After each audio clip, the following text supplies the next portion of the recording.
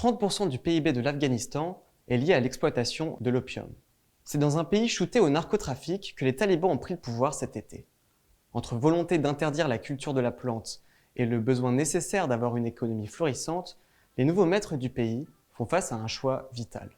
Pour l'usage du monde, je reviens avec vous sur les liens étroits qui existent entre les différents mouvements insurrectionnels et cette drogue prisée des héroïnomanes à travers le monde. Une chute aussi rapide que brutale. Le 15 août dernier, les forces insurrectionnelles talibanes se sont emparées de Kaboul sans résistance. Le 31, les images du dernier soldat américain quittant le sol afghan ont fait le tour du monde. Régnant maintenant en maître sur le pays, les talibans ont désormais pour objectif une normalisation de leurs relations avec la communauté internationale. C'est qu'ils auraient changé les talibans.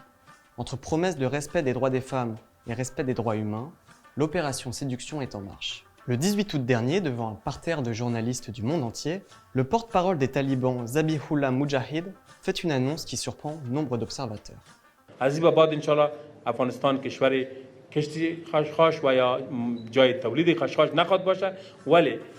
Une décision importante qui rompt avec 2 décennies de culture intensive. Principale source de revenus des mouvements insurrectionnels, l'opium occupe une place majeure dans l'économie d'un pays déchiré par 20 ans d'occupation américaine.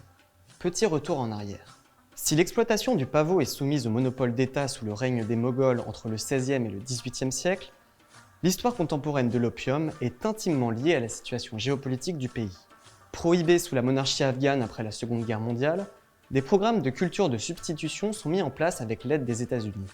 La DEA, prestigieuse agence antidrogue américaine, intervient avec l'aide de l'État afghan pour canaliser le trafic. Le premier tournant majeur intervient en 1979 avec l'arrivée au pouvoir des communistes et l'invasion soviétique.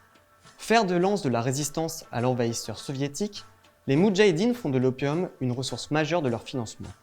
Soutenus par les Américains, les seigneurs de la guerre s'enrichissent grâce à ces nouvelles ressources. La province du Helmand, au sud du pays et à la frontière avec le Pakistan, devient une région d'importance capitale. Près de 50% de la production d'opium du pays est cultivée sur ces terres. Après la débâcle de l'URSS et le retrait de leurs troupes en 1989, le faible contrôle de l'État et le tribalisme favorisent l'exploitation du pavot à une échelle toujours plus importante, finançant ainsi le jeune mouvement taliban issu d'écoles coraniques créées dans des camps de réfugiés au Pakistan. Rentable et avec un fort taux de rendement, le pavot devient un moyen pour les habitants des campagnes de subvenir à leurs besoins et de se sortir de l'extrême pauvreté. À titre de comparaison, en 2003, 1 hectare de pavot produisait une valeur nette 8 fois plus élevée que le blé.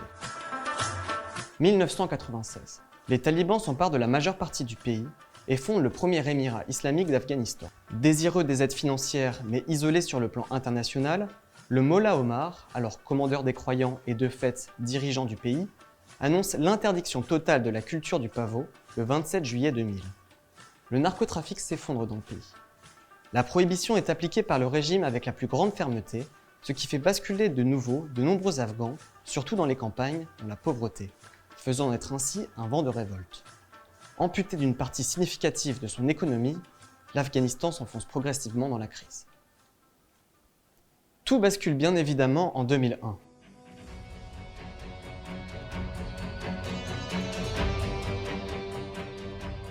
C'est dans un pays presque débarrassé de l'opium qu'intervient l'armée américaine. Les conséquences sont nombreuses. Les talibans sont chassés du pouvoir, les seigneurs de la guerre reviennent aux affaires, relançant avec eux leur lucrative activité. Profitant du conflit et de l'insécurité croissante, la culture du pavot prospère là où l'État afghan échoue.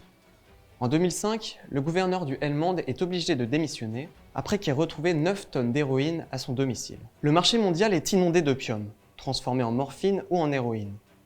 Avec la complicité des autorités corrompues, la drogue prend la route des Balkans en direction de l'Europe, où alimente le gigantesque marché asiatique en plein essor.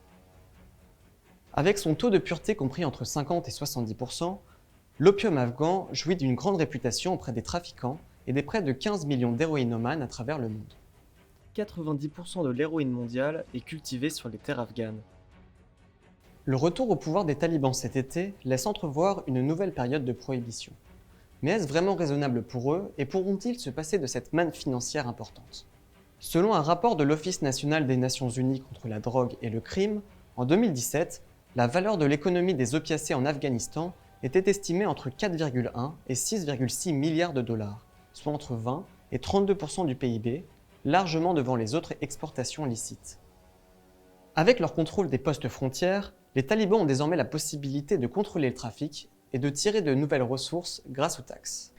L'histoire des talibans et leur résurgence est intimement liée à l'histoire de l'exploitation du pavot. Véritable rampe de lancement financière pour l'organisation, il est difficile de les imaginer se passer d'une source de revenus aussi conséquente pour l'État. Dans les campagnes, une nouvelle interdiction serait un désastre, notamment dans les provinces sous perfusion de l'argent du narcotrafic. Malgré les annonces de leur porte-parole, les talibans ne devraient pas faire la même erreur que les générations précédentes, au détriment bien évidemment des nombreux consommateurs, tant les ravages de cette drogue sont profonds à la fois pour l'humain et pour les sociétés tout entières. Merci d'avoir regardé cette vidéo, c'était comme d'habitude un réel plaisir de la réaliser. Je vous souhaite à tous une bonne continuation et à bientôt sur l'usage du monde.